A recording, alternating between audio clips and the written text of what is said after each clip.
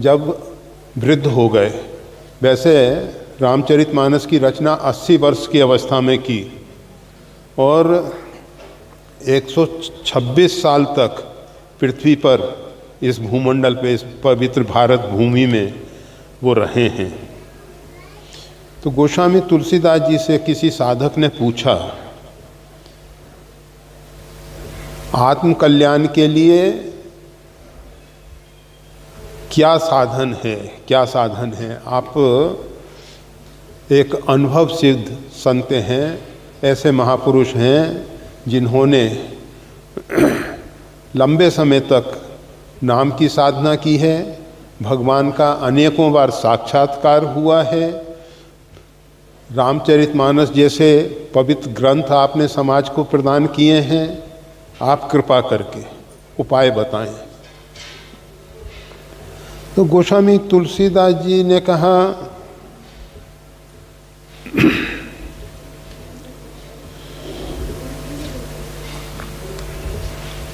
वो दोहा थोड़ा, बिगड़ी जन्म अनेक की, सुधरें अभी आज, होहूँ राम को नाम जप, तुलसी तज कुसमाज। नाम जप के साथ 2-3 बातें और जोड़ दी हैं। सबसे पहले होहूँ राम को। अभी हम संसार के हैं, आपसे कोई आपका परिचय पूछता है, आप अपना नाम बता देते हो, पिताश्री का नाम बता देते हो, परिवार में क्या है, कैसा है, आप अपने विषय में जो परिचय देते हो, ये सब शरीर संबंधी और सामाजिक व्यवस्थाएं हैं। परंतु अभी आप राम के नहीं हुए। जिस प्रकार से एक महिला, एक नारी जब तक अपने पिता के घर रहती है तो पिता के संबंध से अपना परिचय देती है, और जब उसका पानी ग्रहण संस्कार हो जाता है, विवाह संपन्न हो जाता है, उसके बाद उसका परिचय पति के साथ हो जाता है। उसी से उसका संबंध होता है और पति के गोत्र को ही वो अपना गोत्र मानती है, पति के परिवार को ही अपना परिवार मानती है। यहाँ तक कि जब लंबी उम्र हो जाती है और उसके पुत्र इत्यादि होते हैं और कोई परिवार में मतलब शादी विवाह होता है तो कहते हैं पराए घर की आई। वो अपना घर तो उसका हो गया है, अब पति का घर अब उसका निजी घर हो गया है। तो इस प्रकार से वो अपना सर्वस्व पति के साथ जोड़ लेती है। इसी प्रकार से होहूँ राम को, परमात्मा के साथ हमारा इतना दृढ़ संकल्प हो जाए, अगर हम प्रगाढ़ नींद में सो रहे हैं, कोई जगाए और पूछे कि तुम किसके पुत्र हो, तो अंदर से जवाब आए, माता श्री जानकी देवी, पिता देवो श्री रामचंद्र। मेरी माँ जो हैं आदिशक्ति भगवती जगदम्बा है, श्री सीता जी हैं, पिता भगवान श्री राम हैं। मतलब इतनी दृढ़ता अंदर से हो जानी चाहिए। मूर्छा में भी अगर आपसे कोई प्रश्न करे तो आप अपना परिचय सीताराम जी से होना। और देखो कुछ महिलाएं जो होती हैं किसी पुरुष के साथ जुड़ जाती हैं, सब संबंध जोड़ लेती हैं वो, परंतु विधिवत अगर ब्राह्मण संबंध नहीं होता है, मतलब जो सामाजिक एक व्यवस्था है, तो समाज उसको मान्यता नहीं देता है। अगर उसके पुत्र भी हो जाएगा तो फिर वो पुत्र समाज में जैसा प्रतिष्ठा उसको चाहिए वो नहीं मिल पाती है। इसी प्रकार से परमात्मा के साथ संबंध जोड़ना जो है वो विधिवत होना चाहिए। वो एक वार्ता कही जाती है,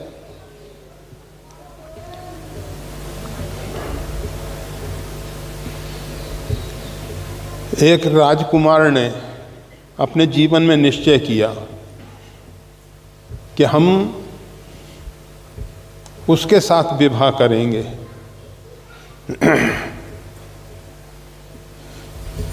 जो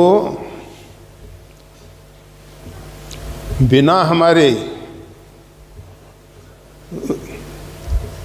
मंडप में गए हमारी कटार के साथ संबंध जोड़ ले, हम किसी के सामने झुकनेंगे नहीं, हम दान नहीं लेंगे, कन्यादान नहीं, हमारी कटार जाएगी, हमारी तलवार जाएगी और उसके साथ विवाह होना चाहिए।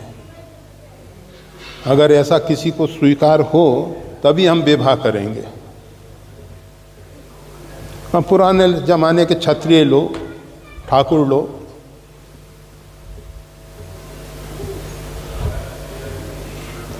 अब बहुत सी राजकुमारियों ने सोचा कि ऐसे व्यक्ति के साथ संबंध जोड़ने से मतलब क्या है।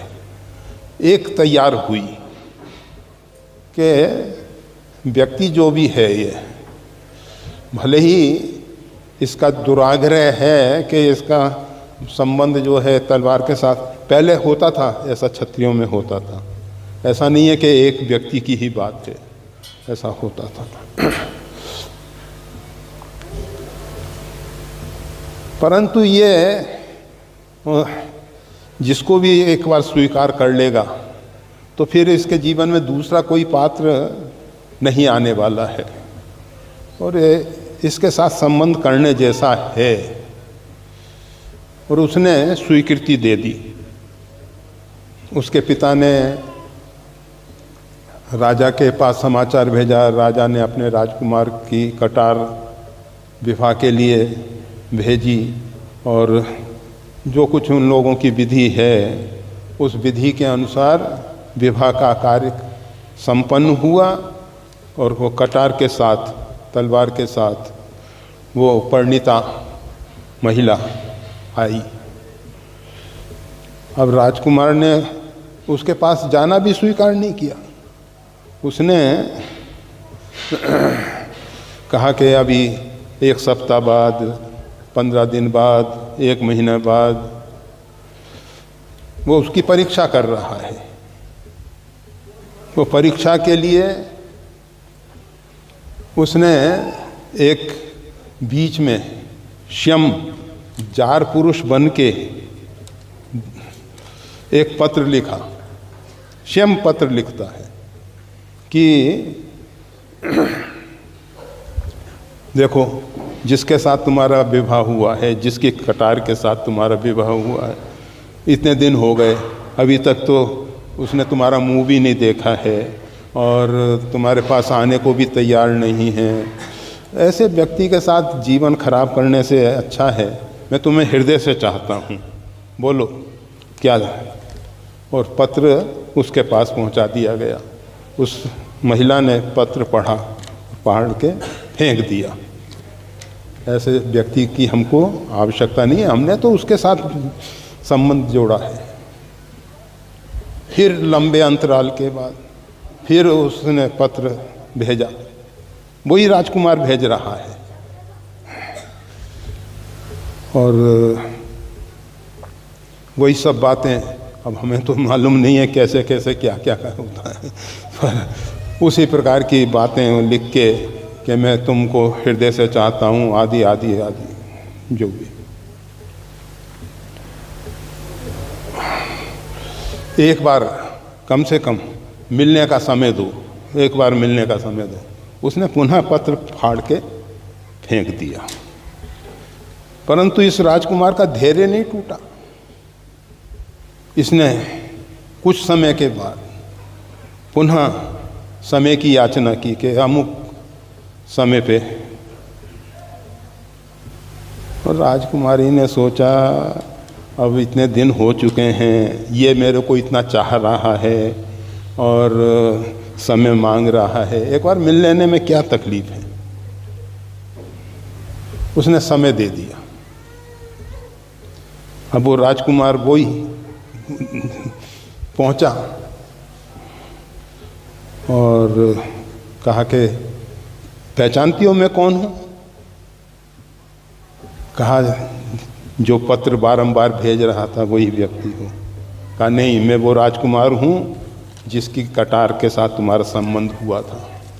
जाओ, तुम दूसरे पुरुष को स्वीकार करने के लिए तैयार हो, इसलिए मैं तुमको स्वीकार नहीं करता हूँ। अब है वही व्यक्ति, परंतु और वो उसको स्वीकार कर रही है। इसी प्रकार से परमात्मा को परमात्मा के रूप में ही हमको स्वीकार करना होगा। नहीं तो जितने भी संबंध हैं, परमात्मा तो सब जगह परिपूर्ण है। ऐसा नहीं है कि परमात्मा किसी देश विशेष में है, किसी क्षेत्र विशेष में है। परमात्मा तो सब जगह परिपूर्ण है, सबके हृदय में बैठे हुए हैं। आप किसी के भी साथ संबंध जोड़ते हो, परमात्मा के साथ ही वो आपका संबंध होता है। परंतु ऐसे संबंध जोड़ना नहीं है, परमात्मा को परमात्मा के रूप में समझकर। अगर हर एक व्यक्ति में आपको उमाजे राम चरण रत विगत काम मत क्रोध निज प्रभुमय देखें जगत कैसन करें विरोध, अगर आपको जगत जो है पूरा प्रभुमय दिखाई देने लगा है, उस समय आप सिया राम में सब जग जानी, उस समय आप संपूर्ण जगत को भगवान का रूप मान सकते हो। परंतु जब तक आपके अंदर, हमारे अंदर नानत्व की दृष्टि है, तब तक